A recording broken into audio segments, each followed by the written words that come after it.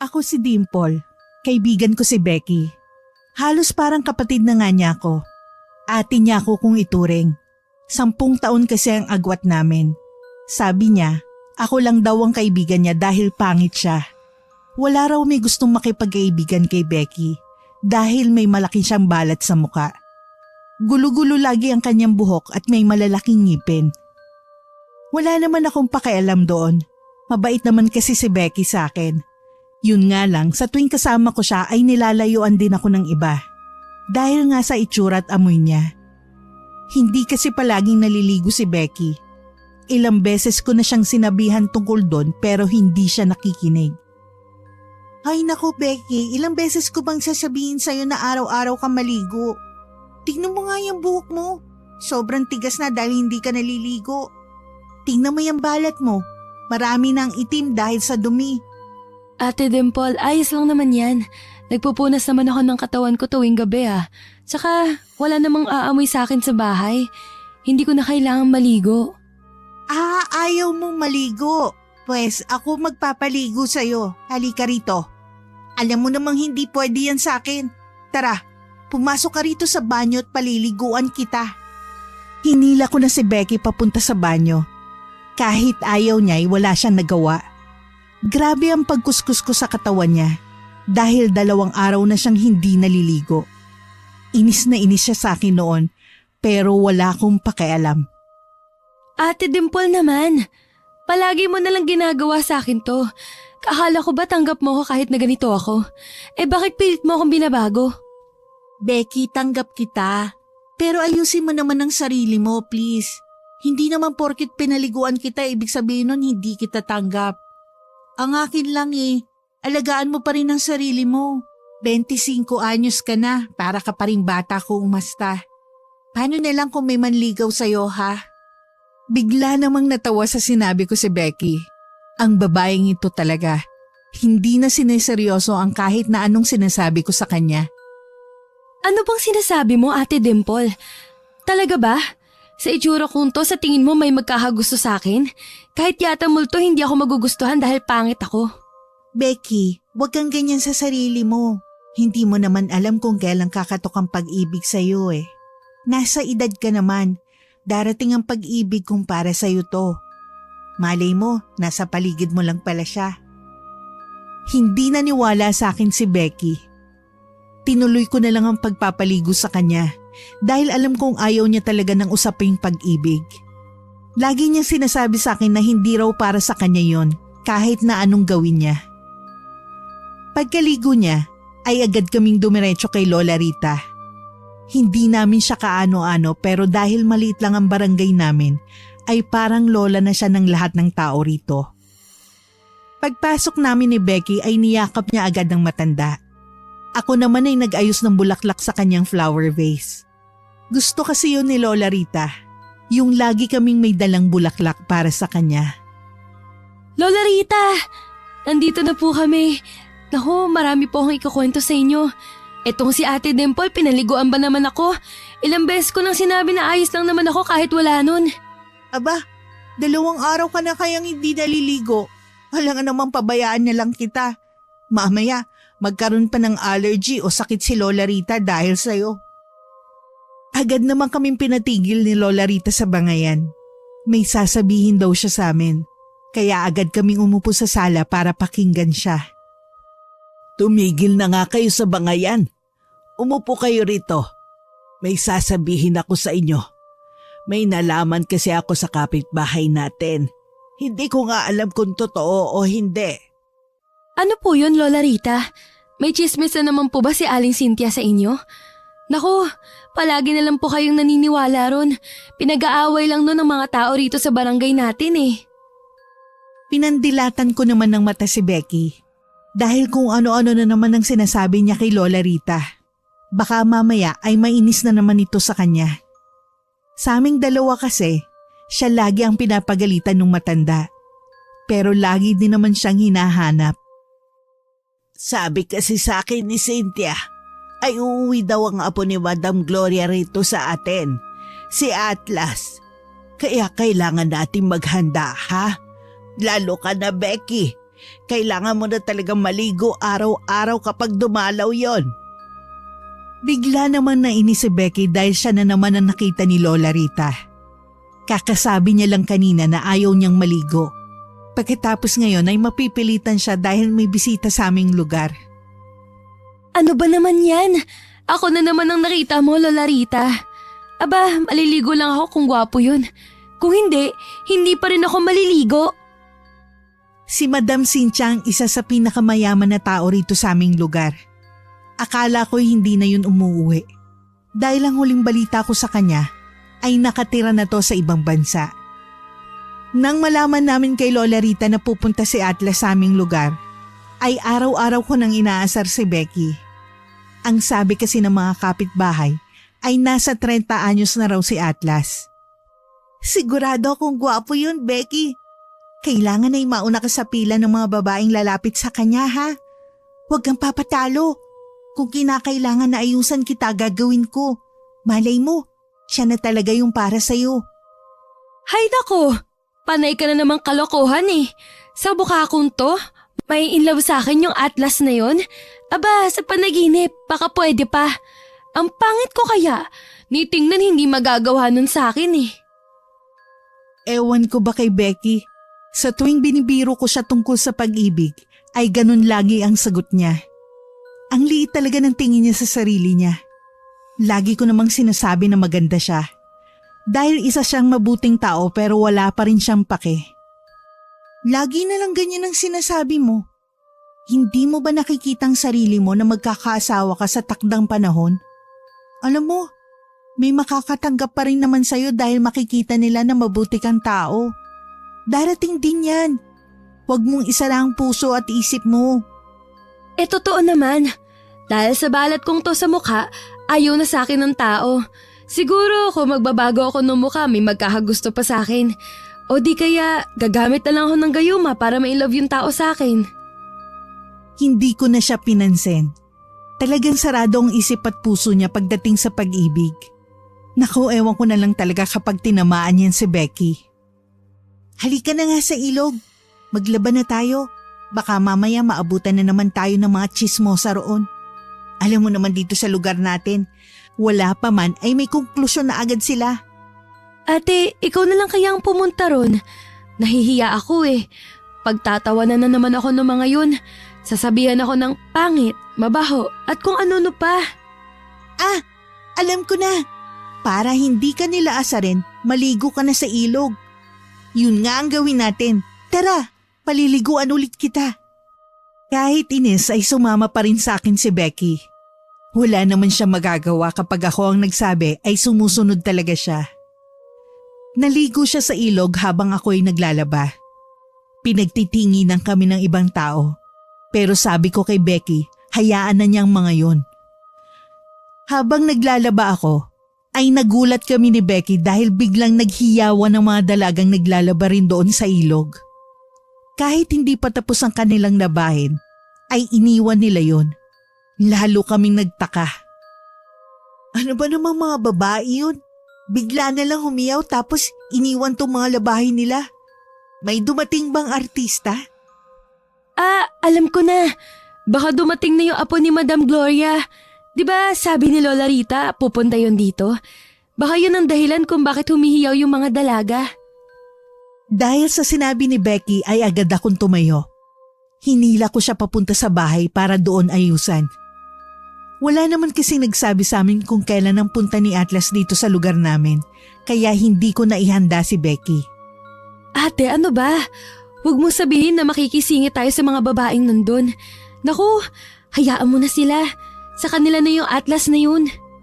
Ay naku Becky, hindi ako papayag na hindi ka mauuna sa pila. Halika na, aayusan na kita. Buti at naligo ka na ron sa ilog.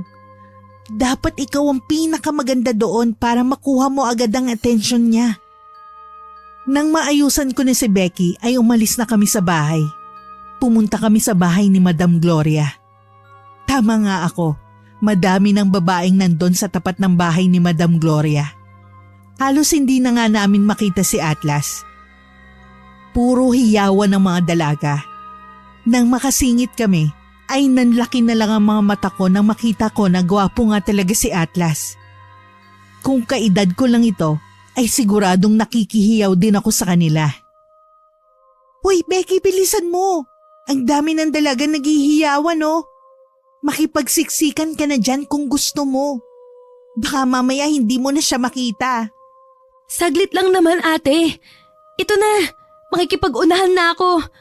Ano ba naman tong si Atlas? Daig pa yata ang artista. Makikipag-unahan talaga ako sa mga dalagang yan. Naku po. Nakita na nga namin si Atlas. Mukhang mayaman ang ayos. Parang hindi hahayaan na madapuan ng lamok. Ang puti rin kasi. Parang anghel na bumaba sa langit. Tiningnan ko nun si Becky. Pansin kong nakatulala na siya kay Atlas. Inasar ko tuloy siya. Pumasok na si Atlas nun sa bahay ni Madam Gloria. Kaya nagsibalikan ng mga dalaga sa ilog. Natatawa pa ako sa sarili dahil naiwan pala namin ang nilalabhan namin. Grabe ang titig mo kay Atlas ah. Sabi ko naman sa'yo, hula ko, gwapo talaga siya eh. Crush mo siya no? Grabe ka kung makatingin kanina. Totoo nga ano, gwapo nga siya. Pero sa itsura ko namang to, tiyak ako na hindi niya ako mapapansin. Kung mapansin man niya, hindi naman niya ako magugustuhan. Kaya dapat patayin ko na agad itong paghanga ko sa kanya. Napailing na lang ako sa sinasabi niya. Yun na eh. Umami na siya na crush niya si Atlas tapos biglang binawi. Hinayaan ko na lang siya, tinuloy ang paglalaba ko. Kinabukasan, nagulat na lang ako nang makitang ayos na ayos si Becky. Aba, naligo siya. Nako, si Atlas lang pala makakapagpabago ng nakasanayan niya. Ate Dimple, wala ka bang napapansin sa akin? Tignan mo, ang ganda ng suot ko. Maganda ang buhok at amoy bagong ligo. Masarap pala sa pakiramdam ang malamig na tubig sa katawan, ano? Masaya si Becky. Umikot-ikot pa siya ng ilang beses para ipakita sa akin na naligo nga talaga siya. Pigil na lang yung tawa ko ng mga oras na yun. Oo na, naligo ka na. Gawa yan ni Atlas ano? Naku, kung hindi pa pumunta yung taong yun dito, ay hindi ka pa maeengganyo na maligo. Grabe ka naman. Naku, hindi naman. Gusto ko lang maging fresh ngayong araw, ate. Ikaw talaga. Nung hindi ako araw-araw naliligo, nagre-reklamo ka. Ngayon naligo na ako, nagre-reklamo ka pa rin. Ano ba talaga? Natawa na lang ako at pumasok sa bahay.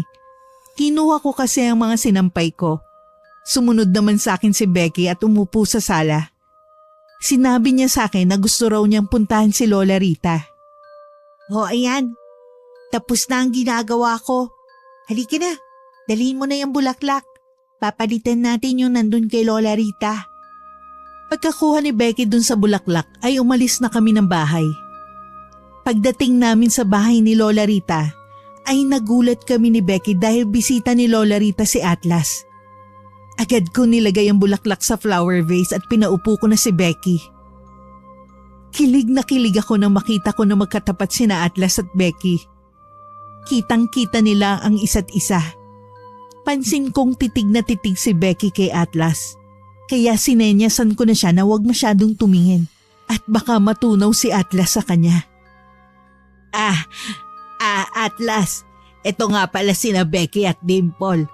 Sila yung makakasama mo sa paghahanap mo ng mapapag-asawa. Halos kilala naman nila ang mga dalaga rito sa bayan namin. Kaya talagang makakatulong sila sa'yo. Gulat na gulat naman kami ni Becky. Hindi naman kasi nasabi sa amin ni Lola Rita na yun palang sadya ni Atlas dito. Dahil sa narinig ay napansin kong kinilig si Becky. Ano pong ibig niyo sabihin na sasamahan namin siya ni Becky na humanap ng kanyang mapapangasawa? Lola Rita, hindi ko po maintindihan. Nandito kasi ako sa lugar niyo dahil pinaghahanap na ako ni Lola Gloria ng babaeng pakakasalan ko. Alam ko malabong ganitong proseso, pero sana matulungan niyo ako. Gusto ko sanang sabihin na si Becky na lang ang gawin niyang asawa, pero hindi naman pwede yun. Kaya pumayag na lang ako sa sinasabi nila. Ganun po ba? Sige po, Wala naman yung problema sa akin. Kilala ko naman po lahat ng dalaga rito sa lugar natin. Good luck po. Sigurado po ako kung sino man ang mapili ninyo. Napakaswerte niya. Naku, hindi ko nga alam kung may papayag sa ganito eh. Hindi naman nila ako talaga kilala eh. Ewan ko ba kay Lola Gloria? Siya lang naman may gusto mag-asawa na ako eh. Dahil 30 anyos na raw ako. Eh baka raw hindi na ako magkaanak kung tatagalan ko pa. Magsasalita na sana ako pero biglang nagsalita si Becky. Nagulat ako pero hinayaan ko na siya. Mas mabuti na yon na may interaction na agad sila. Para kung si Becky man ang mapili niya, ay madali na para sa kanilang dalawa. Sa gwapo niyong yan, Sir Atlas, sigurado ako may papayag na babaeng magpakasal sa inyo. Ang swerte niya. Ngayon pa nga lang sigurado na ako na maaalagaan niyo ang asawa niyo. Ay, salamat. So paano? Tutuloy na po ako, Aling Rita. Bukas na lang po ako magpapasama sa kanila. Salamat po sa kape. Mauna na ako, Dimple, Becky. Nung umalis na si Atlas ay doon na humiyaw si Becky. Dali-dali namin tinakpan ni Lola Rita ang aming mga tenga dahil sobrang tinis ng boses ni Becky. Ano ba yan, Becky? Hinaan mo nga ang boses mo. Naririndi rito si Lola Rita oh. Grabe naman. Kilig na kilig ka naman sa Atlas na yun. Nakita mo ba, Ate Dimple? Hindi man lang siya nandiri sa akin. Kahit nakita niyang may balat ako sa muka, pinansin pa rin niya ako. Dahil doon kinikilig na ako. Natawa na lang ako sa sinabi ni Becky. Pinaupo ko siya ulit dahil kailangan namin mag-usap. Dapat handa kami bukas dahil tutulungan namin si Atlas. Agahan mo yung gising mo bukas ha. Mukhang maaga tayong susunduin ni Atlas. Gandahan mo ang suot mo. Maligo ka pati. Lagi mong makakatabi si Atlas kaya dapat maganda ka. Tumango naman si Becky. Tuwang-tuwa siya sa sinabi ko. Masaya din naman ako para kay Becky dahil ngayon ko lang siya nakitang ganong kasigla. Dati pinipilit ko pa yan sa mga lalaki. Ate Dimple, di ba sabi naman niya pipili siya na mapapangasawa? Baka naman pwedeng isama mo na ako sa listahan. Gusto ko kasing subukan. Malay mo, para talaga kami sa isa't isa. Yan, nahuli din kita. Aayaw-ayaw ka pa nung una ah. Gusto mo rin pala. Ayaw mong maagaw si Atlas ng iba no? Kaya sasali ka. Naku, good luck na lang talaga. Marami pa namang malalandi sa lugar natin. Nang sabihin ko yun ay nalungkot na naman si Becky. Naalala na naman niya siguro yung mga babaeng nangaaway sa kanya noon at sinasabihan siyang pangit. Kinabukasan ay maaga nga kaming pinuntahan ni Atlas. Maaga kaming pumunta sa bahay ni Lola Rita para doon na makipagkita sa kanya.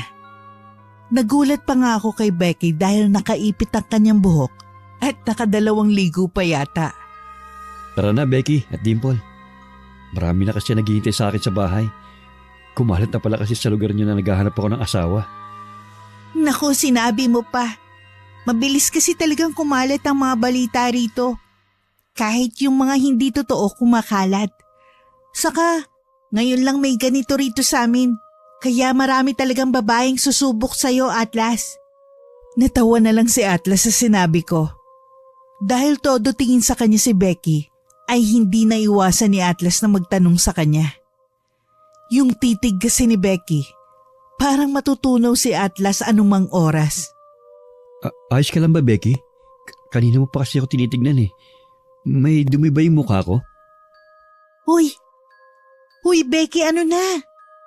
Kinakausap ka ni Atlas oh. Kanina ka pa kasi nakatitig sa kanya. Baka mamaya matunaw na yan, nakakahiya ka. Doon na natauhan si Becky. Natawa na lang ako dahil sa reaksyon niya.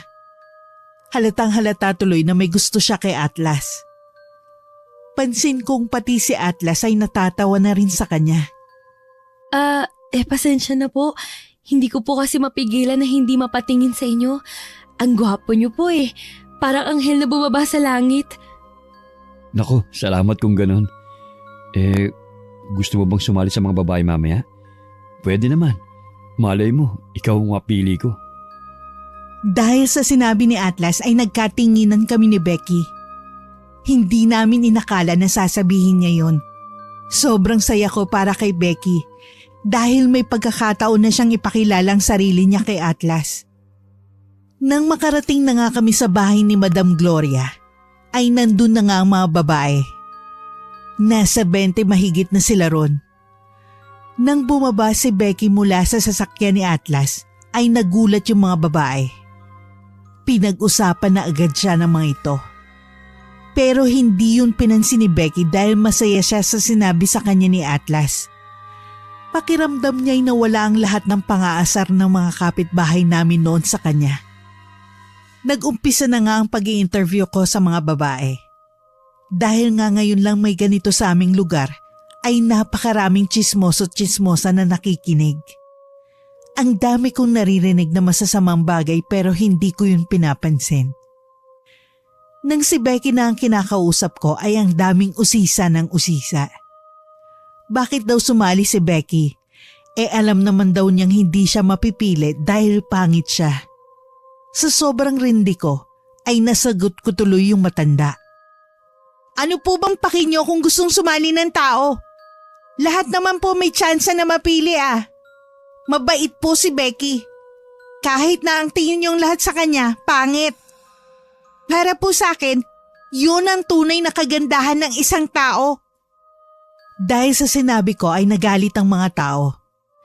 Ewan ko ba sa kanila kung bakit hanggang ngayon hindi pa rin nila matanggap si Becky.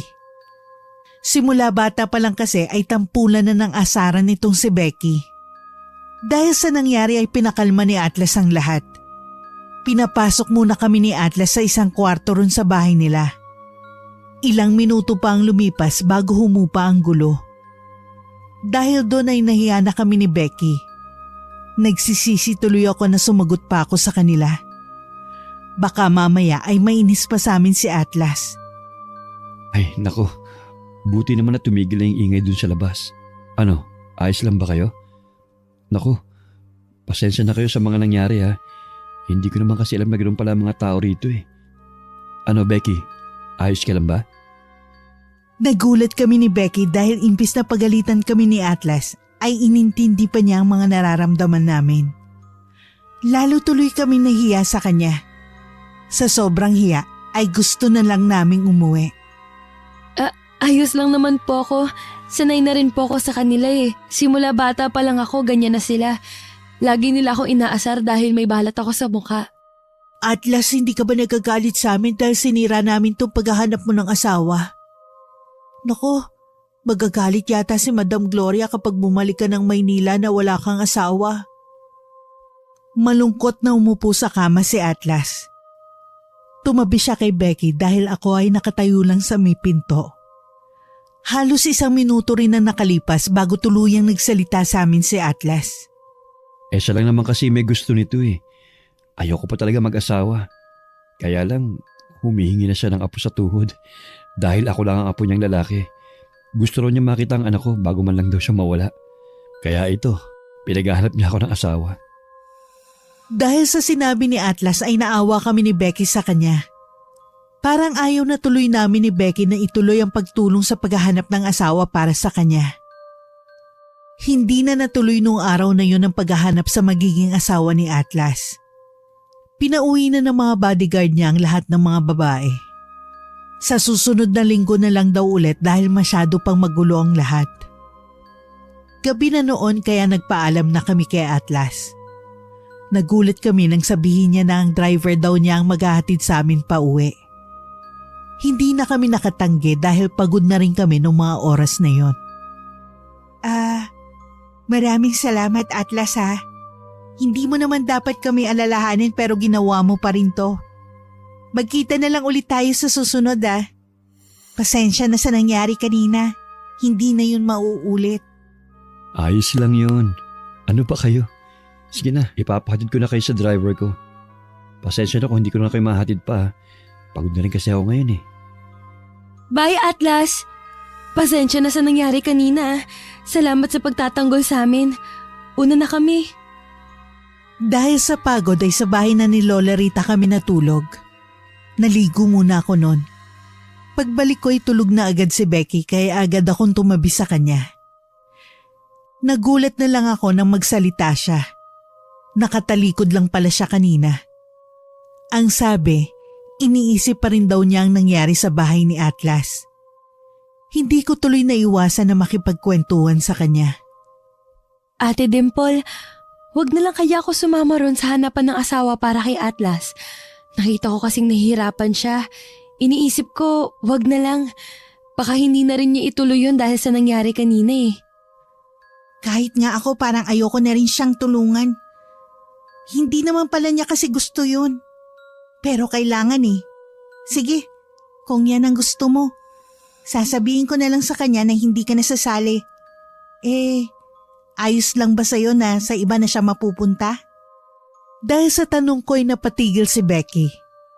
Hindi niya siguro naisip na kapag hindi na siya sumali, ay pwedeng hindi siya mapili ni Atlas. Oo nga no, pero bahala na. Hindi pa naman ganun kalalim ang nararamdaman ko kay Atlas eh. Total malayo naman magustuhan niya ako. Kung sino man ang mapili niya, maswerte siya. Hindi ko na pinansin ang sinabi ni Becky dahil tama naman siya. Hindi pa dapat ganun kalaki ang pagtitiwala namin kay Atlas. Gwapo siya pero hindi pa naman namin alam ang totoo niyang ugali. Nalaman ni Atlas na hindi nasasali si Becky sa paligsahan, kaya lagi na siya nagpapasama sa akin sa bahay ni Becky. Kung ano-ano ang dinadala ni Atlas para kay Becky noon, kaya kilig na kilig ang kaibigan ko. Ang daming mga prutas at kung ano-ano pang pagkain. Becky, bilisan mo ng pag-aayos dyan. Nandito ulit si Atlas. Binibisita ka. Lumabas ka na dyan. Nahihiyang lumabas ng kwarto si Becky noon. Ewan ko ba naman sa babaeng to. Kahit na ilang beses nang pumunta si Atlas dito, ay nahihiya pa rin siya na magpakita. Umupo kami ni Atlas pagkatapos niyang lumabas. Binaba ko rin lahat ng mga pasalubong ni Atlas para kay Becky. Minsan nalilito na rin ako sa lalaking ito. Parang nililigawan niya si Becky na parang hindi. Atlas, pasensya ka na. Inayos ko pa kasi ang itsura ko. Nalaman ko kasi kay Ate Dimple na dadalaw ka ulit sa akin.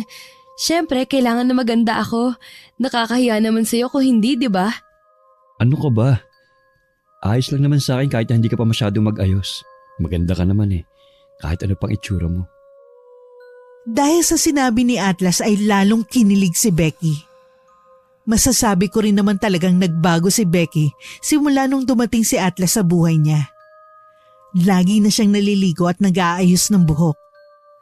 Wala rin siyang paki sa mga taong nagsasabi na pangit siya. Kahit may balat sa muka ay hindi na niya yung kinakahiya. Iyan ka na naman sa kalokohan mo eh. Pero salamat. Hindi mo alam kung gaano kalaking bagay ang sinabi mo sa akin. Ikaw ang pinakaunang nagsabi niyan sa akin. Dahil ganun na nga ang usapan ng dalawa ay umalis muna ako. Pumunta ako kay Lola Rita para palitan yung mga bulaklak niya sa flower vase. Isa pa gusto ko siyang kamustahin dahil matagal-tagal na rin kaming hindi nagkakamustahan simula nung nagpatulong sa amin si Atlas na maghanap ng mapapangasawa niya. Umupo ako sa sala habang si Lola Rita naman ay nasa kusina. Lola Rita, napalitan ko na po yung bulaklak niyo ha. Fresh na po ulit yun. Hindi ko na po kasi kayo nakakamusta kaya dumaan po ako rito. Nilapag niya ang ginawa niyang kakanin sa lamesa at niyaya niya akong kumain. Gumawa siya ng kutsinta. Isa sa mga paborito ni Becky simula bata pa lang siya. Nang hindi niya makita si Becky, ay agad niyang itong hinanap sa akin. Sanay na sanay kasi si Lola Rita na kapag nandito ako, ay tsak na kasama ko rin si Becky. O bakit hindi mo kasama si Becky? Naku sayang, gustong gusto pa naman niya itong kutsinta. Nasaan ba siya? Nasa bahay niya po kasi si Atlas. Bumisita na naman yun sa kanya. Ay naku, sana talaga totoo ang pinapakita ni Atlas sa kanya. Opo, mabait siya. Pero parang may mali ako nararamdaman sa kanya. Umupo naman si Lola Rita sa tabi ko at saka tinanong kung ano raw yung maling nararamdaman ko kay Atlas. Ayaw ko mang ikwento kay Lola Rita kung anong nararamdaman ko, ay hindi ko na yun naiwasan. Ano naman ang maling nararamdaman mo kay Atlas? Mabait naman siya. Ang sabi nga ni Cynthia ay kung ano-ano nga raw ang dinadala ni Atlas sa bahay ni Becky. Ay, sobrang bait po kasi niya kay Becky. Biglaan po yun. Minsan po kung ano-ano ang sinasabi ni Atlas kay Becky. Ewan ko po ba? Siguro masyado lang ako nag-aalala kay Becky na baka saktan lang siya ni Atlas. Nako, baka iniisip mo lang yan. Sa tingin ko naman ay mabait si Atlas. Pinalaki naman siguro mabuti ni Madam Gloria ang kanyang apo. Hayaan mo lang silang makilalang isa't isa. Magsasabi naman si Becky sa atin kapag may napansin siyang kakaiba kay Atlas. Dahil sa sinabi ni Lola Rita ay kumalma na ako. Oo nga naman, matagal ko nang gustong maranasan ni Becky ito. At ngayon may pumapansin na sa kanya, ay ganito naman ako mag-isip. Ilang araw nang nakalipas nung binisita ni Atlas si Becky sa kanila. Dahil hindi ko pa siya nakakausap simula noon, ay naisipan niyang pumunta sa akin para magkwento. Ate Dimple, kamusta ka na? Dinalhan kita ng prutas. Ang dami kasing bigay ni Atlas kaya binigyan kita. May iba pa dyan. Hindi ko lang alam kung ano yung nadala ko dahil hindi ko na tinignan masyado. Sana magustuhan mo yan. Aba, mukhang masaya tayo ah. Sige, ilagay mo lang yan dyan. At mamaya ako nang titingnan ng mga dala mo. Gusto mo ba ng kape? Ipagtitimpla kita. Ang tagal na nating hindi nag-uusap dahil busy ka kay Atlas eh. Umupo sa sala si Becky at ngumiti. Kita kong kilig na kilig siya tuwing may bumabanggit ng pangalan ni Atlas. Umupo rin ako sa sala pagkatapos kong itimpla ang kape niya. Halata kong marami siyang ikukwento. Ate Dimple, alam mo ba? Kinausap niya ako. Tinanong niya ako kung hindi na raw ba talaga ako makakasali ron sa paligsahan. Ewan ko ba naman kung bakit pinipilit niya ako. Sabi ko, ayoko na talaga eh. Ayos na rin yun kung hindi ka man makasali roon. Lagi ka naman niyang pinupuntahan sa bahay mo eh. Kung tutuusin, ay talo mo pa nga yung mga babae na pipila pa para mapili. Parang nililigawan ka na nga niya eh. Nagulat naman si Becky sa sinabi ko. Hindi niya siguro inakalang mapapansin kung parang nanliligaw sa kanya si Atlas. Namula bigla si Becky. Ate Dimple, hindi ah. Mas close lang talaga kami ni Atlas ngayon kaysa dati. Pagkakaibigan lang talaga yun. Ayoko nang lumalim pa kami ron. Ikaw ang bahala. Sabi mo yan eh. Basta, alagaan mo ang puso mo ha. Oo, gwapo yan. Pero huwag kang magpakarupok. Mahihirapan ka lang kapag inuna mo ang puso mo at hindi ang utak. Ilang araw pa ang lumipas. Nagulat ako dahil bigla na lang tinuloy ni Atlas ang paghahanap niya sa kanyang mapapangasawa. Akala ko ay okay na sila ni Becky dahil patuloy naman ang kanilang pag-uusap. Agad akong pumunta sa bahay ni Becky. May ibibigay din naman ako sa kanya noong mga oras na yon. Ilang beses ko pa siyang tinawag bago siya tuluyang lumabas mula sa kusina. Dahil tinuloy nga ni Atlas ang paghahanap ng asawa, ay kinuwento ko yun kay Becky. Napansin kong parang siyang nabagsakan ng langit at lupa nang ikwento ko yun. Huy Becky, alam mo ba na tinuloy pa rin ni Atlas ang paghahanap ng asawa? Nagulat nga ako eh. Akala ko okay na okay kayo. Lagi ka kasi niyang hinahanap sa akin. Lagi ka rin naman niyang pinupuntahan sa bahay. Ha? Talaga? Hayaan mo siya kung yun ang gusto niya. Sabi ko naman sa'yo na kaibigan ko lang yun. Kung saan naman siya masaya, susuportahan ko na lang siya. Hindi ako agad naniwala sa kanya. Tinanong ko siya kung ayos lang ba siya dahil kitang-kita ko sa mata niya ang lungkot na nararamdaman niya. Sigurado ka ba, Becky? Hindi kasi yun ang sinasabi ng mga mata mo eh. Ang lungkot nila oh. Paiyak ka na yata eh. Diba? Sabi ko sa'yo, unahin mo ang utak kesa sa puso mo. Hindi mo nagawa no? Hindi nga Ate Dimple. Maniwala ka sa sinasabi ko, ayos nga lang ako. Ako pa ba? Sanay na ako sa lahat ng sakit sa mundo, no? Walang-wala ang sakit na to kumpara sa mga napagdaanan ko. Pagkatapos noon ay agad na pumasok si Becky sa kanyang kwarto. Nilak niya yon kaya hindi na ako nakapasok.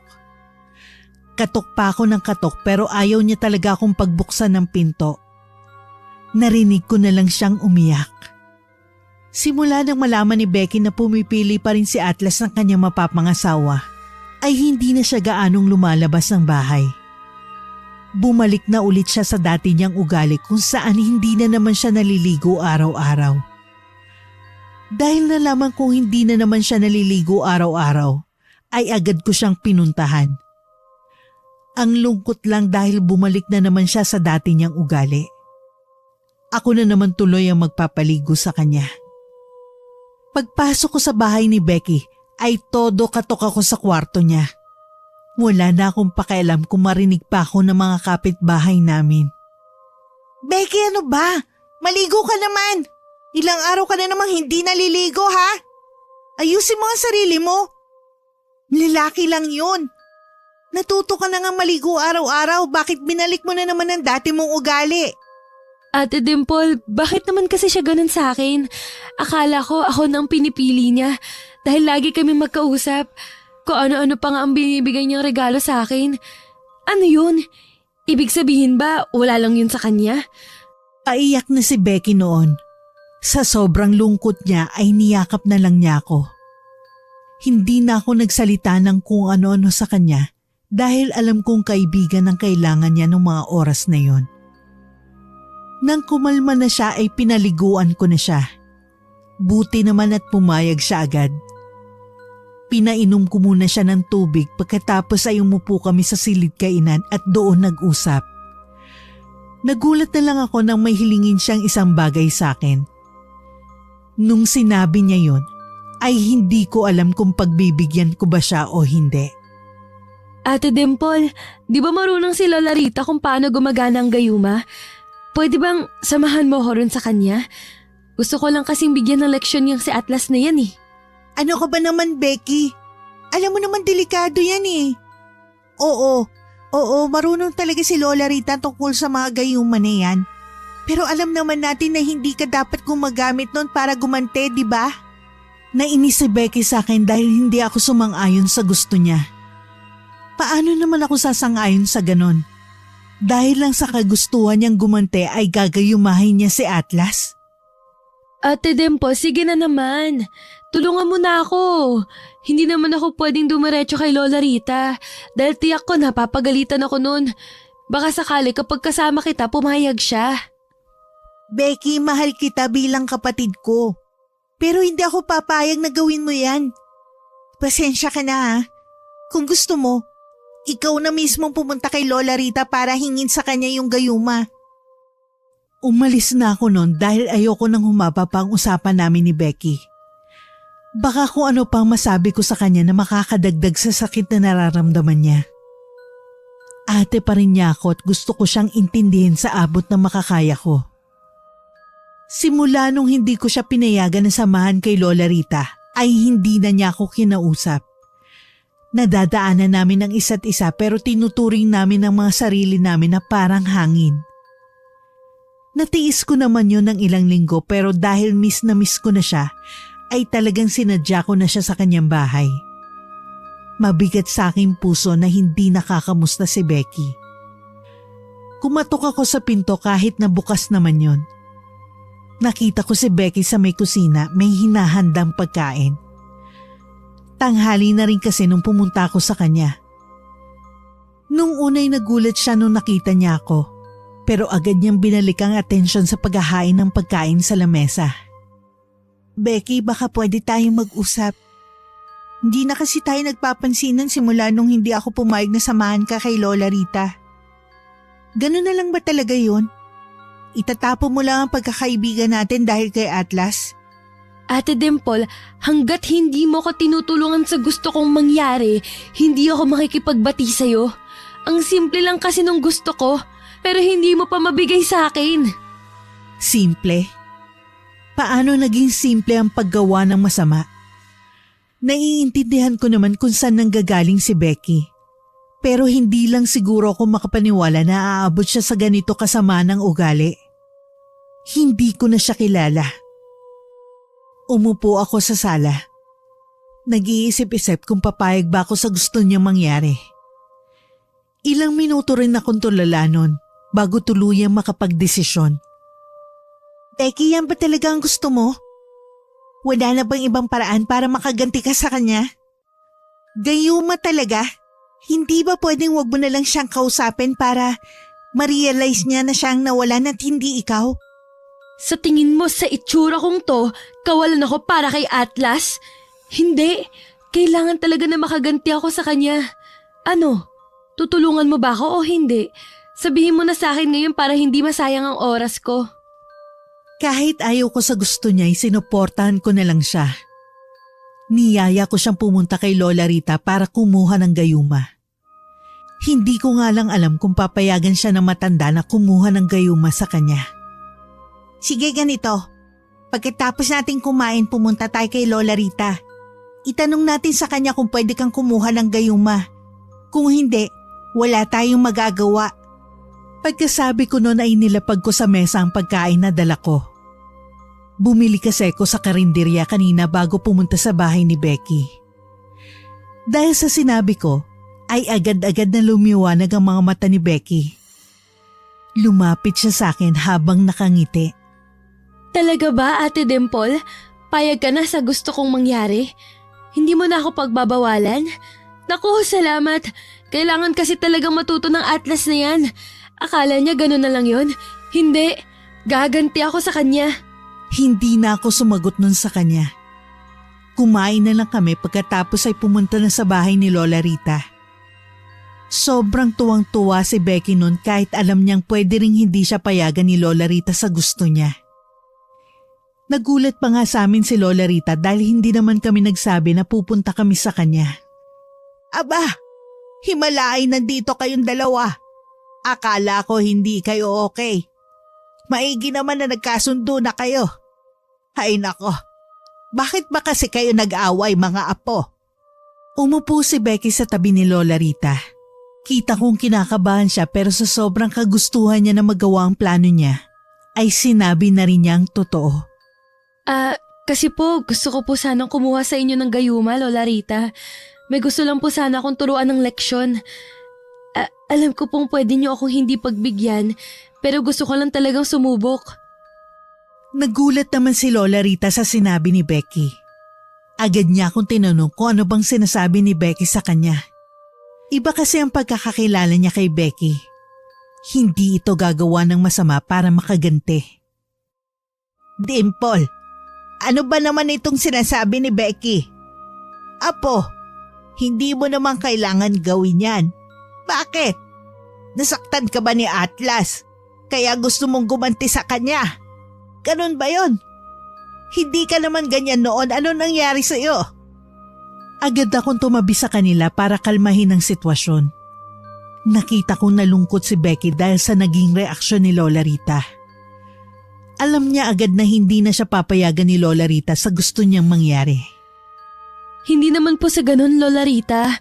Di ba sabi niyo po sa akin, kapag may ginawa sa aking mali, dapat lumaban ako. Ngayon, sinaktan po ako ni Atlas, kaya gusto ko siyang turuan ng leksyon. Mali po ba yun? Lola Rita, hindi po ba natin talaga pwedeng pagbigyan yung kagustuhan ni Becky? May alam din naman kayong pangontra, di ba? Kaya matatanggal yun naman po siguro agad kapag ayaw na niyang gayumahin si Atlas. Dimple, apo. Hindi naman mali na turuan natin ng leksyon ng tao. Kaya lang, hindi sa ganoong paraan kung saan gagayumahin mo siya dahil lang galit ka sa kanya. Huwag ganon. Hindi ko kayo pinalaki ng ganon. Dahil nga hindi pumayag si Lola Rita ay malungkot na umuwi si Becky sa kanyang bahay. Dahil malungkot ay sinamahan ko muna siya. Iyak siya ng iyak. Mahirap pa talagang pagbigyan ng gusto ko. Ang gusto ko lang naman piliin ako ni Atlas, di ba? Kapag nagayuma ko na siya, tiyak na ako na talagang pipiliin niya. Di ba, ate? Gusto mo pa talaga yan? Na kahit mali, itutuloy mo pa rin ang gusto mo? Becky, tama naman si Lola Rita. Kahit saan mo tingnan, mali ang gagawin mo. Dahil sa sinabi ko ay nagalit na naman sa akin si Becky. Pinaalis niya ako ng bahay niya. Wala na akong nagawa noon. Kesa naman lumala pa ang away namin ay sinunod ko na lang siya. Ilang linggo na rin ang nakalipas noon. Naging abala ko sa kakasama kay Atlas sa paghahanap ng mapapangasawa niya. Nasa 10 babae na lang ang pinagpipilian niya kaya alam kong konti na lang ay makakapili na siya. Habang kami nagpapahinga, bigla niyang tinanong sa akin si Becky. Hindi na kasi niya to nakikitang kasama ko, kaya napatanong na siya sa akin. Oh, bakit hindi ko na yata nakikita si Becky? Nung nakaraan kasi, pumunta ako sa kanila, pero wala siya roon. Gusto sana kitang tanungin, kaya lang, busy din naman ako kaya nakalimutan ko na. Hindi na rin kasi kami masyado nakakapag-usap ni Becky. Kasi busy na ako sa pagsama ko sa'yo sa paghahanap mo ng asawa. Sa tingin ko naman, ayos si Becky ngayon. Maiba ko. May napili ka na ba sa mga babaeng yun? Kahit na hindi ko naman talaga alam kung okay si Becky o hindi, ay yun na lang ang nasabi ko kay Atlas. Hindi ko na rin napigilan ang aking sarili na magtanong kay Atlas dahil gusto ko rin namang malaman kung anong saloobin niya. May nakikita na akong pipiliin ko, pero hindi pa ako sigurado. Marami pa kasi ang pwedeng magbago 10 pa yan sila. Sa totoo lang kung hindi ko naman kailangan pumili, hindi ako pipili sa kanila. Kaya lang minamadali na ako ng Lola Gloria ko Oo nga, akala ko hindi mo na itutuloy yung pagpili dahil sa nangyari nung nakaraan. Nagulat na lang ako na tinuloy mo pa rin pala to. Hindi mo ba nakikita si Becky bilang mapapangasawa mo? Di ba close kayo? Dahil nakikipag-usap na rin naman si Atlas sa akin, ay tinanong ko na rin siya kung ano bang tingin niya kay Becky. Gusto ko kasing malaman kung anong tingin niya sa kaibigan ko. Si Becky? Oo, close kami. Sa totoo niyan, gusto ko siyang piliin. Kaya lang, ayaw ng Lola Gloria ko sa kanya. Alam ko dapat ipaglaban ko kung sino man ang gusto ko. Pero ayokong sawayan ang utos ng lola ko. Dahil sa nalaman ko, ay gusto kong magalit kay Atlas. Gusto kong sabihin sa kanya na gustong gusto siya ng kaibigan ko, pero ayoko namang ipilit yun sa kanya. Baka sabihin niya nakikialam ako. Dahil sa nalaman ko, ay excited akong bumisita kay Becky. Sasabihin ko sa kanya na hindi na niya kailangan pang kunin kay Lola Rita ang gayuma, sapagkat gusto naman siya ni Atlas. Becky! Becky! May sasabihin ako sa'yo. Siguradong magugustuhan mo to. Dali, umupo ka rito sa tabi ko at makinig ka sa akin. Ano na naman ba yun? Naku, kung hindi naman yun tungkol kay Atlas, wag na lang. Saka mo na lang ako kausapin kapag kukunin na natin kay Lola Rita ang gayuma. Tama, tungkol nga to kay Atlas. Gusto ko lang malaman mo na hindi mo na kailangan kunin yung gayuma kay Lola Rita. Dahil napag-alaman ko na gusto ka pala talaga ni Atlas. Ang kailangan mo lang ay ipaglaban siya. Hindi mawala ang ngiti ko dahil sa sobrang saya ko para kay Becky. Kaya lang, siya yata yung hindi masaya at hindi naniniwala sa sinabi ko. Ha? Ano bang pinagsasasabi mo dyan? Alam mo, kung sinasabi mo lang to para hindi ako magalit sa'yo, itigil mo na lang. Gagawin ko pa rin naman ang lahat para makuha ko yung gayuma Ano ba, Becky? Hindi na nga kailangan nun. Dahil may nararamdaman naman para sa'yo si Atlas. Kailangan nyo lang mag-usap kung paano nyo mapaglalaban sa Lola Gloria niya ang pagmamahalan ninyo. Hindi pa rin siya naniniwala sa akin nun. Ang sabi niya, gagawin niya pa rin ang lahat ng makakaya niya para makuhang gayuma kay Lola Rita. Hindi ko naman pinansin na yun dahil alam kong hindi siya papayagan ng matanda kahit anong gawin niya. Makalipas ang 2 linggo, ay nagulat na lang ako dahil nakita kong may dalang bulaklak at mga tsokolate si Atlas nung binisita niya si Becky. Kumaway naman siya sa akin kaya lumapit ako sa kanya. Oh, tuluyan ka na nga talaga naligaw sa kaibigan ko. Akala ko ba mahirap siyang ipaglaban sa Lola Gloria mo? Pero ayos yan Matagal naman ang gusto ni Becky na maging kayo eh. Lola Gloria? Naku, wala yun. Tiyak naman na maiintindihan niya ako kung si Becky ang pipiliin ko. O sige na, papasok na ako sa loob ng bahay ni Becky. Dahil sa sinabi niya ay pansamantala akong naguluhan. Nung nakaraan lang ay iba ang sinabi sa akin ni Atlas. Ang bilis namang magbago ng kanyang desisyon kung ganon. Pero hinayaan ko na. Kung doon sila masaya, sino ba naman ako para pigilan sila, hindi ba? Pagkatapos kong kausapin si Atlas ay dumaan ako kay Lola Rita. Oras na kasi para palitan yung bulaklak niya sa bahay. Pagpasok ko ay nakita kong may hinahanap siya. Agad kong tinanong kung ano yun para makatulong na rin ako sa paghahanap. Lola Rita, ano pong hinahanap niyo? Sabihin niyo na po sa akin para ako na maghahanap nun para sa inyo. Baka po mahirapan pa kayo eh. Apo, yung maliit kasi nalalagyan ko ng gayuma ay nawawala.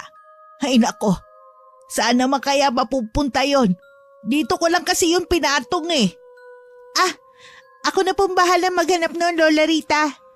Baka po nakalimutan nyo na kung saan nyo pinatong yung maliit na lalagyan na yun. Halos 1 oras ko ring hinanap yun pero wala talaga akong mahanap. Inisip ko tuloy ng inisip kung saan ba pwedeng mailagay yun ni Lola Rita. Hanggang siya na rin ang nagsabi sa akin na baka raw kinuha ni Becky yun sa kanya dahil pumunta si Becky sa kanya para makipagkwentuhan. Naku apo, baka na kay Becky yun. Kagabi kasi pinuntahan niya ako. Panay ang kwento niya sa akin.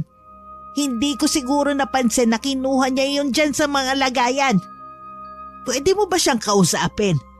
Ayaw ko naman siya pagbintangan pero siya lang kasi ang kilala ko na may gustong kunin yun sa akin. Tama nga naman si Lola Rita. Kung iisipin mabuti ay si Becky nga lang talagang salarin sa pagkawala nun. Hindi na ako sumagot pa. Agad na akong pumunta sa bahay ni Becky para kumprontahin siya. Buti na lang at kaaalis lang ni Atlas nun sa bahay niya. Hindi siya mapapahiya. Becky, mag-usap nga tayo. Ikaw ba yung kumuha ng panggayuma sa bahay ni Lola Rita? Nawawala ngayon dun sa lagayan niya eh. Kung nasa'yo, ibigay mo na sa akin. Ipapaliwanag ko na lang kay Lola Rita ang ginawa mo. Sigurado naman ako maiintindihan niya yun. Ano? Porket gusto kong gayumahin si Atlas, ako nang kumuha ng gayuma kay Lola Rita? Hinay-hinay ka naman sa pagbibintang sa akin. Ganun na ba ako kasama sa'yo? Oh, para mapanatag ka. Kahit hanapin mo yun sa bahay ko, wala kang makikita. Sige, hanapin mo. Dahil may permiso naman ni Becky ay yun na nga ang ginawa ko. Hinanap ko yun sa lahat ng sulok ng bahay ni Becky pero wala nga akong mahanap. Nagilty tuloy ako dahil napagbintangan ko siya agad. O diba? Wala naman sa bahay ko. Yan kasi mahilig ka mambintang. Alam mo, kung wala ka namang magandang sasabihin sa akin, umalis ka na. Good mood na ako kanina dahil sa pagbisita sa akin ni Atlas. Tapos, bigla kang dumating. Umalis ka na nga rito. Becky, pasensya ka na ha. Sige, huwag kang mag-alala. Sasabihin ko agad kay Lola Rita na wala rito yung hinahanap niya. Pasensya ka na ulit. Ikaw lang kasi yung tanging naiisip namin na kukuha nun eh. Umalis ako nun sa bahay ni Becky. Hati ang pakiramdam ko nung mga oras na yon. Hindi kasi ako makapaniwala na wala yun sa bahay niya. Kung siya man na nagtago talaga nun, magaling siya. Pagdating ko sa bahay ni Lola Rita ay umiling ako sa kanya. Indikasyon yun na wala talaga sa bahay ni Becky yung hinahanap niya. Umupo ako sa tabi ni Lola Rita. Iniisip pa rin kung saan pwedeng mapalagay yung gayuma. Wala po talaga yung gayuma sa kanya eh. Tinignan ko na po lahat ng sulok ng bahay niya pero wala talaga. Subukan na lang po natin hanapin ulit ngayon dito. Baka nakalimutan niyo lang po. Talaga, wala sa kanya. Ay nako, baka nga kung saan ko lang nailagay yun dito. Sige apo, hanapin na lang natin. Nako, nagalit ba sa akin si Becky? Dahil tinanong agad natin siya tungkol doon. Hindi naman po siya nagalit sa inyo. Sa akin po siya nagalit. Kasalanan ko rin naman po. Dahil siya na agad ang tinukoy kong salarin. Hindi ko na po nagawang magtanong. Dahil nga medyo hindi pa ako kumbinsido na wala kay Becky yung gayuma, ay binantayan ko ang bawat kilos nila. Nagulat na nga lang ako nang sabihin sa akin ni Atlas na hindi na matutuloy ang paghahanap niya ng asawa. Dahil si Becky na ang ipapakilala niya sa kanyang lola Gloria. Dimple, gusto ko sanang sabihin sa'yo na hindi na matutuloy ang paghahanap ko ng asawa. Si Becky na ang pinipili ko. Kung kinakailangan, pakibayaran na lang yung natitira pang mga babae. Ayoko namang sayangin pa ang mga oras nila. Ha? Ano? Totoo ba? Paano na yung napag-usapan ninyo ng Lola Gloria mo? Hindi naman pwedeng hindi na yun sundin, di ba? Dahil ang sabi mo, importante sa iyong sinasabi niya. Saka, nakakaya rin sa mga ibang babaeng sumali. Ang tagal-tagal nilang hinintay na mapili tapos bigla nilang mawawala. Ako na magpapaliwanag kay Lola Gloria kung ano nangyari. Basta, bayaran mo na lang yung mga natitira pang babae na naghihintay ng sagot ko. Wala na akong nagawa. Umalis na kasi si Atlas pagkatapos niyang sabihin yun. May pupuntahan pa raw kasi sila ni Becky kaya kailangan na niyang umalis. Dahil sa sinabi sa akin ni Atlas ay hindi ko napigilan na sabihin kay Lola Rita pag-uwi ang mga nalaman ko. Siya rin ay gulat na gulat. Lola! Lola Rita! Lola Rita! Alam niyo ba na pinatigil na ni Atlas ang paghahanap ng asawa dito sa lugar natin? Hindi ko talaga alam kung ano nangyari. Pero ang sabi niya, si Becky na raw ang napili niya. Apo, hindi ba maganda yon?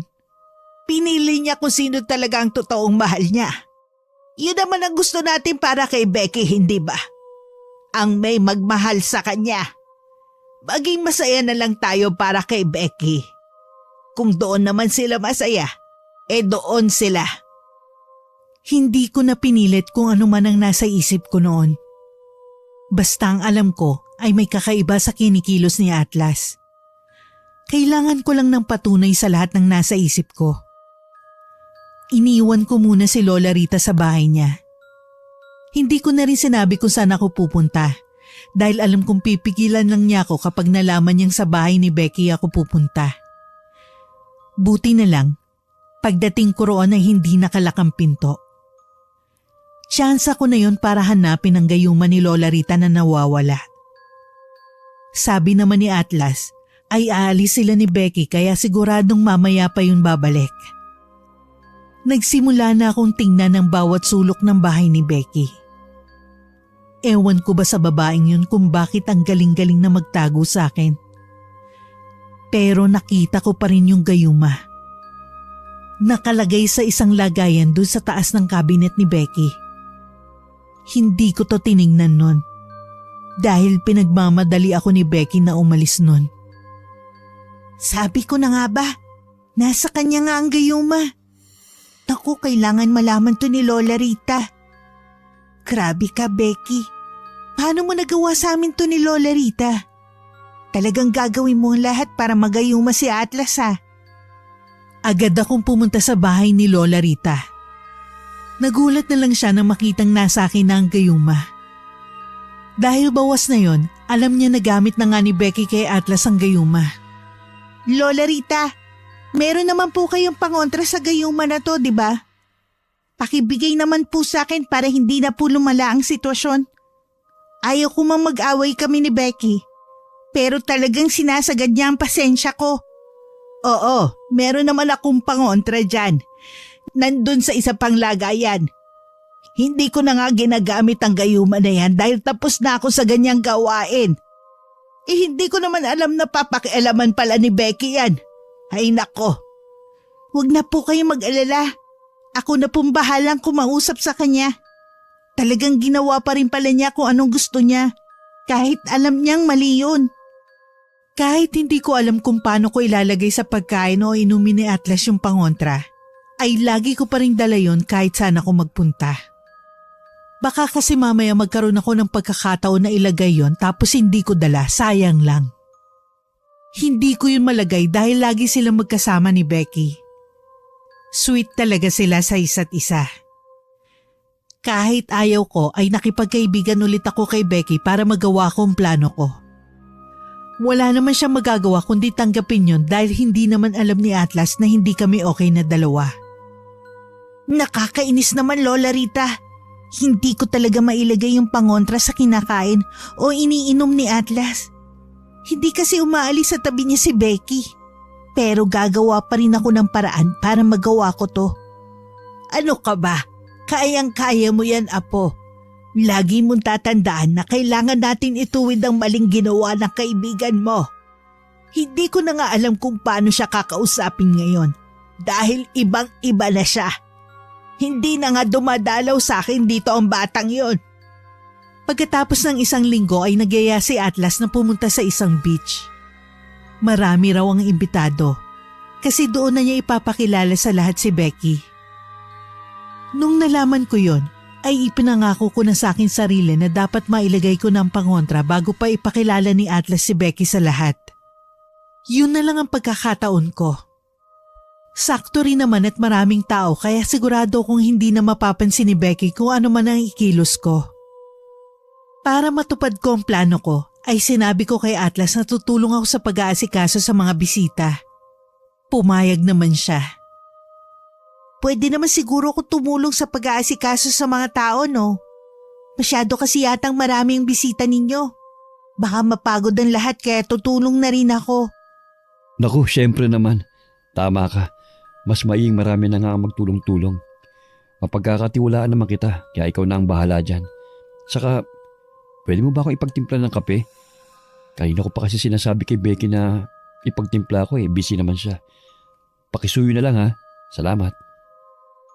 Dahil sa utos sa akin ni Atlas ay nagkaroon ako ng pagkakataon na ilagay ang pangontra dun sa kape na pinapatimpla niya sa akin. Tiningnan ko pa nga ang paligid bago ko tuluyang ilagay yon dahil baka mahuli ako ni Becky. Dali-dali ko yung binigay kay Atlas. Buti na lang talaga busy si Becky. May kinakausap siya sa di kalayuan.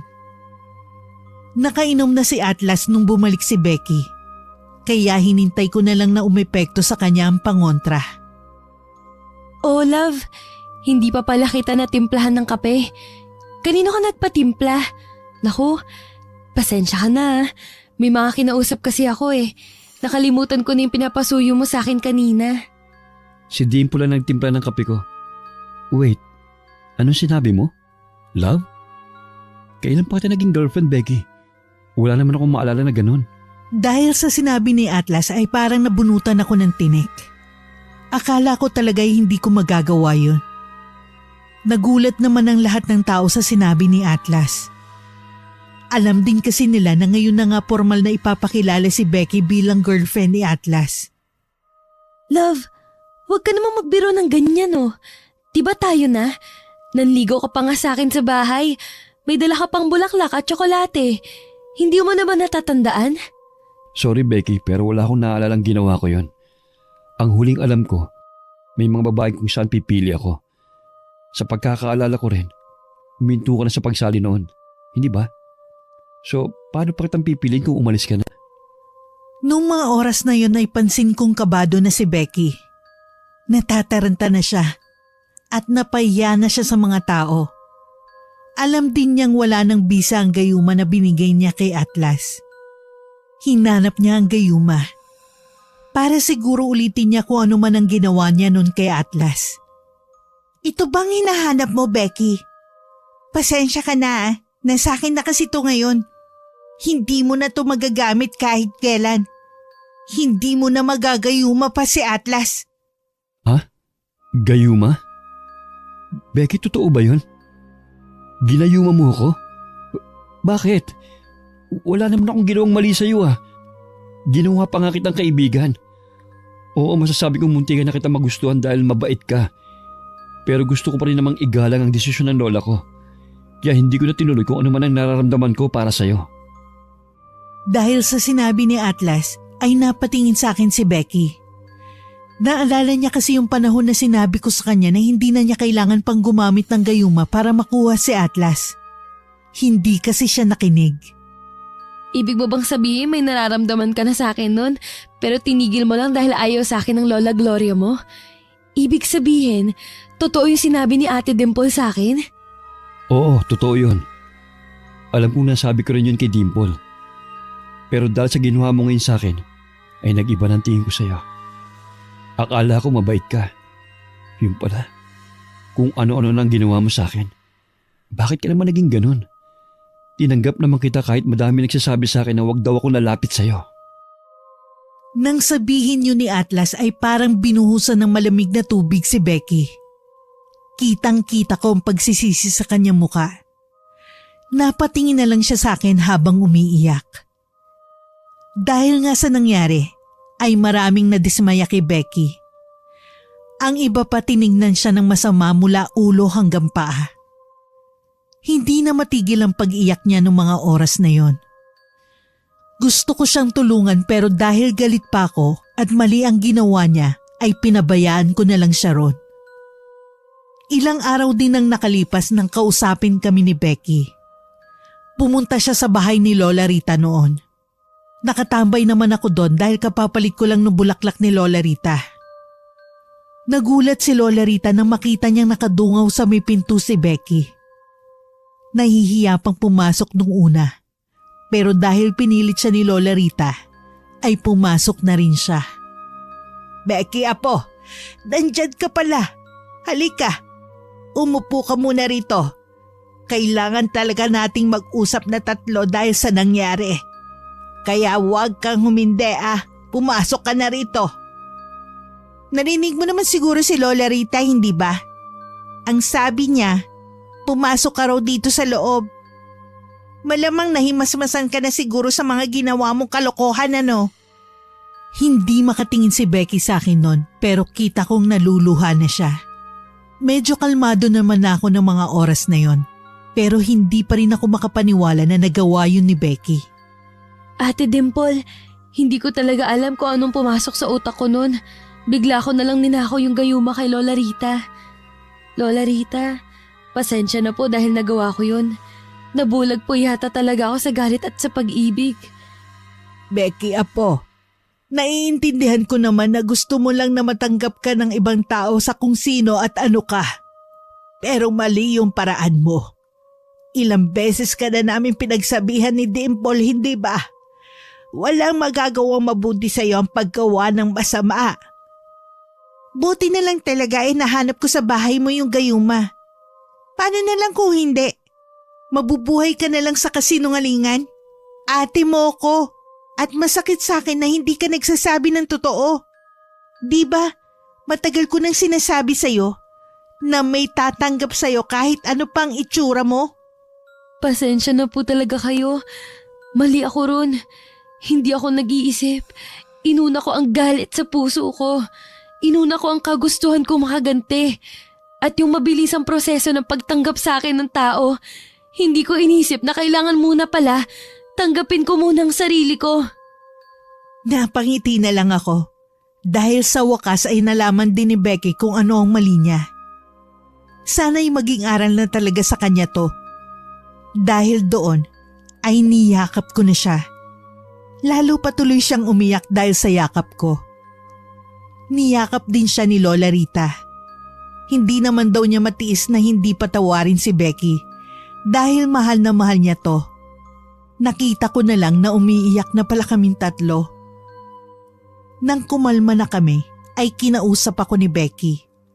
Gusto raw niya kasing magpasama sa akin dahil hihingi siya ng tawad kay Atlas.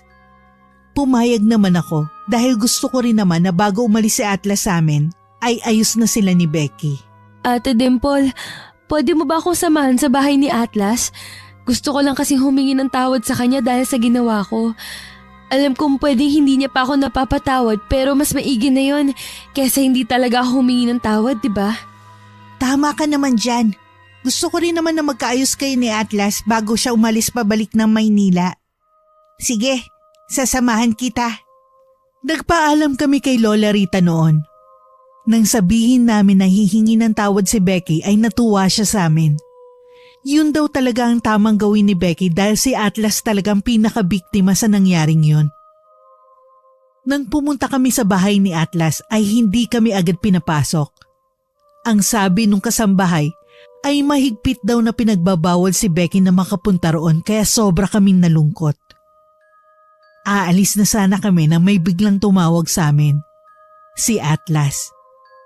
Agad niyang pinabukas yung gate para sa amin. Ayaw pa nga nung kasambahay na gawin ang inuutos ni Atlas, pero sinabihan niya ito na siya na ang bahalang magpaliwanag dun sa Lola Gloria niya. Pagpasok namin ay agad na pinaupo kami ni Atlas. Naalala ko tuloy yung unang beses na pumasok kami rito. Ang laki pala talaga nung bahay nila. Dimple, Becky, anong sadya nyo rito? Pasensya na kayo kung hindi kaagad kayo pinapasok ng kasambahay namin. Mahigpit na biling kasi ni Lola Gloria na huwag kayong papasukin pagkatapos nung nangyari. Naiintindihan ko naman ang Lola Gloria mo kung ipagawa niyo yun sa mga kasambahay niyo. Dahil grabe din naman ang ginawa ko. Ang bait mo nga Kahit alam mong may ginawa ko sa'yo, hinayaan mo pa rin ako na makausap ka. Atlas, kaya ako nandito ngayon kasi gusto ko talaga humingi ng tawad sa ginawa ko sa'yo. Mali yun at nagsisisi talaga ako. Okay lang sa akin kung hindi mo ako agad mapapatawad. Maiintindihan ko. Hindi pa rin naman kita lubos na napapatawad, Becky. Pero gusto rin kasi kitang kausapin kaya pinapasok ko kayo rito. Gusto kong malaman mo, natanggap kita kung ano at sino ka pa. Hindi mo naman kailangan ng gayuma para magustuhan kita o kung sino man. Sana alam mo na lahat tayo may bilang sa mundong ito. Ang kailangan mo lang ay tiwala sa sarili mo. Doon na napaluha si Becky. Yun kasi ang mga salitang gusto at kailangan niya marinig. Doon niya napagtanto kung gaano kalaki ang kasalanang nagawa niya ron sa tao. Pagkatapos nun ay todo pasalamat siya kay Atlas. Nang kumalma na siya sa pag-iyak ay nagpaalam na kami kay Atlas. Habang naglalakad kami pa uwi ay kinausap ako ni Becky. Tumingin siya sa akin na may ngiti sa kanyang mukha. Simula ngayon, tatanggapin ko na ang aking sarili. Itong balat ko sa mukha, ang aking itsura at kung ano pang mga kakulangan ko sa aking sarili. Salamat Ate Dimple ha, kasi hindi mo ako iniwan sa panahon na nabubulagan ako sa mga pagkakamali ko. Oo naman, ako pa ba? Ikaw lang naman ang hinihintay ko makatanggap sa sarili mo Kasi kami ni Lola Rita, tanggap ka na namin noon pa. Mahal ka namin kahit na sino ka pa. Umuwi kami sa bahay ni Lola Rita na may ngiti sa mga labi. Nakita na lang namin na may luto siyang pansit at kutsinta. Sabi niya selebrasyon daw yon dahil tanggap na ni Becky ang kanyang sarili. Ako si Dimple, kaibigan ko si Becky. Halos parang kapatid na nga niya ako.